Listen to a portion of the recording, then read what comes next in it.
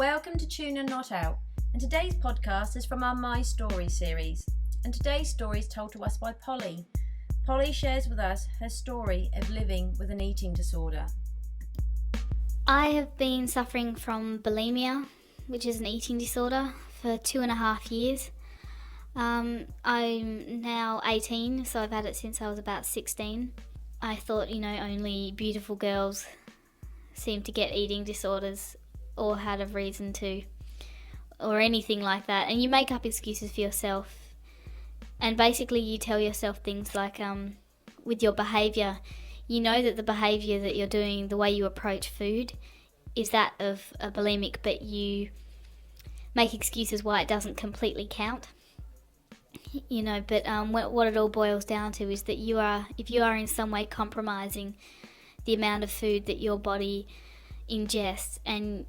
the way you go about that is harmful or potentially harmful or is not part of the normal digestive cycle, then have eating disorders because they haven't lost heaps of weight, or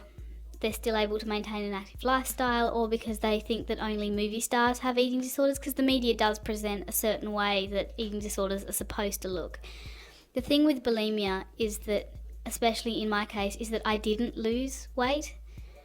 and that on the outside I looked normal, and also that for me it didn't actually have anything to do with body image at first. It didn't stem from that. Eating disorders can stem from any sort of problems that are happening in life that aren't related to food at all. Family problems, school problems, general anxiety, it all kind of manifests into food or eating behaviours. And that's important to realise, and that's why for almost 6 months I convinced myself I didn't have an eating disorder, because I ticked all these boxes with no, that we're told mean you have an eating disorder, when in fact there are no rules. You can get it from anything, and that's what you need to be aware of, that it's not just about body image, it can be about anything, and that they're all legitimate problems and should be dealt with properly. To be able to get help is such a scary step, because it's a control thing, and it's a major control thing, and you're basically allowing someone to take control over this thing that you've crafted to your needs. But once you take that initial step,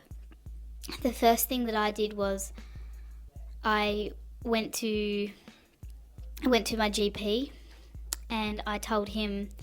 and I asked to be sent to a hospital, because at hospitals they always have eating disorder specialists, and for a lot of people that don't have private health insurance, it's really difficult to get into eating disorder clinics, without it costing the earth, which I know is a big fear for a lot of families, because eating disorder treatment can be expensive. But there is always an eating disorder specialist in a public hospital who can figure out a plan with you and find a way that once you're in care, you won't be suddenly left out of care again, and that they'll keep track of you. But a big part of it is that you have to surrender yourself to this treatment, or at least in the beginning you have to surrender part of yourself and accept that you have a problem, but you don't want it anymore, and that you don't deserve to have this problem, that it's most likely, in fact probably in case of all eating disorders, it's not your fault,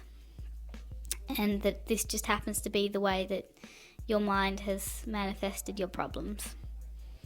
You see magazines and they have people saying, oh, she's anorexic and she's bulimic, but she starved herself and she's lost all this weight. Oh, but didn't she look fabulous on the red carpet? So that it's a really awful thing that eating disorders are made to look glamorous these days. But the simple truth is that the reality of it is so different. There is nothing glamorous about it. Especially my experience with bulimia is that it was agony. I was in so much pain because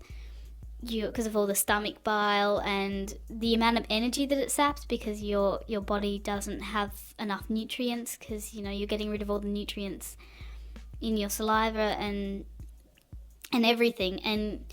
your organs start to swell, and your body forgets how to function properly, so it does things to compensate. And if your body ever has to compromise the way it functions one organ for the sake of another, you're going to be in a lot of pain, and there is no glamour about it, and there's nothing happy about it, and you slowly realise that a lot of these people that they claim have eating disorders, they don't, because if they did, they wouldn't be looking the way they did. And even those that maybe do, the way they look on the outside is probably due to 6 hours in a makeup chair, and in reality you look as awful as you feel,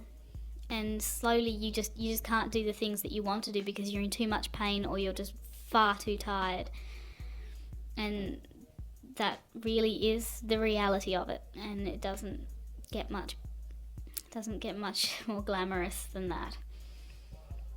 The recovery process for bulimia is a long one, but it's one worth taking, and you slowly start to imagine a world where you don't have to do this, where you can go out and you can enjoy yourself, and where you don't get scared at the idea of going to a restaurant, or you don't get scared at the idea of going over to your friend's place to watch movies, or even you're not scared of your own company, because you know that if you're left alone you're going to do certain things, where you can just be, and you can be content, and you can feel safe with your own behaviour. And that's such a wonderful feeling, because you'd be surprised how many of the other problems in your life just go away when you don't have to do this. If you would like more information on eating disorders, you can contact the Eating Disorders Helpline on 1300 550 236, or visit their website at eatingdisorders.org.au. And Tuna Night Out would like to say a big thank you to Polly for sharing such an amazing story.